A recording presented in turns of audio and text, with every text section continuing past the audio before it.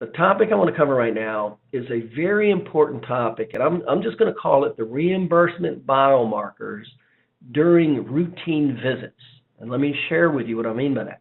You know that you have to establish the need for care to support third-party reimbursement. I hope you do know that. And so many chiropractors don't.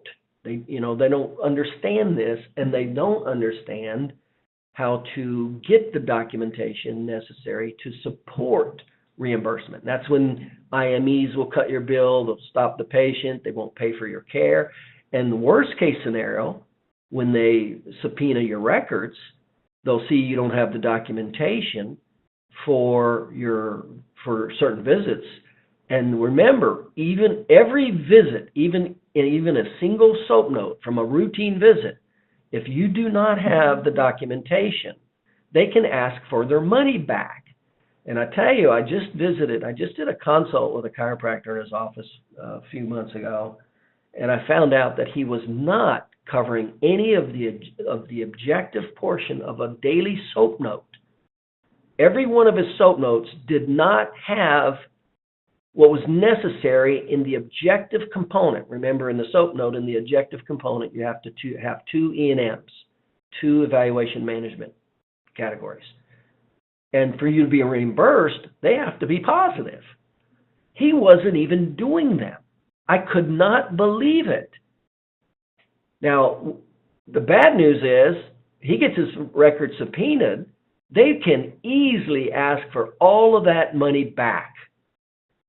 The worst news is, the more times that it's done and the larger the amount of money involved, they no longer see it as a mistake and now becomes a crime and now becomes insurance fraud. So little did he know, he was totally vulnerable, and this doctor saw about 300 visits a week, him and an associate doctor.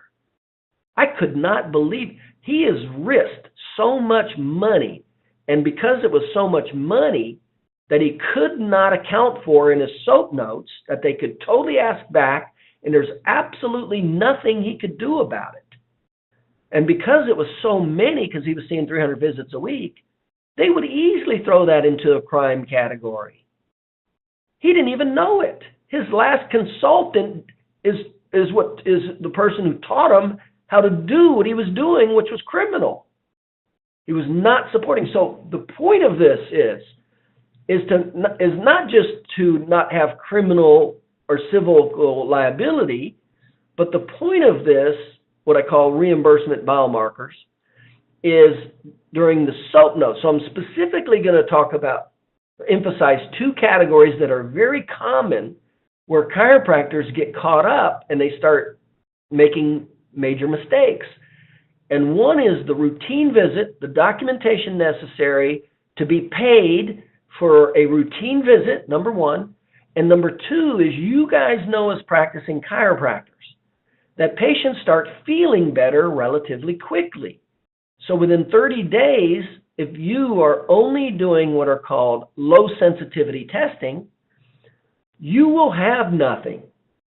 And if you're trying to treat this patient and get reimbursed, then you get paid. Now you have civil liability, civil meaning you got money to pay back, and you have criminal liability depending on how much money that's going to be.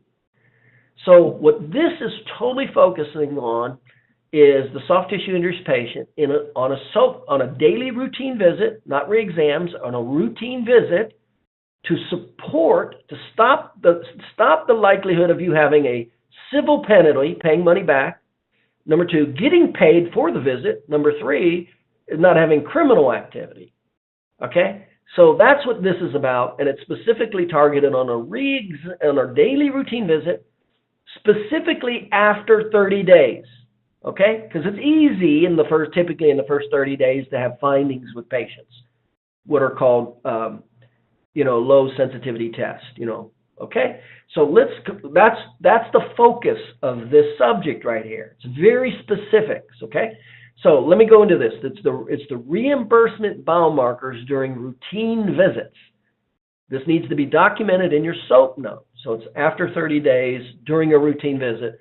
This is things that you should specifically look for, high sensitivity tests that you should specifically look for to make sure you have findings to support your billing and to defend against any civil or criminal liability with third-party reimbursement.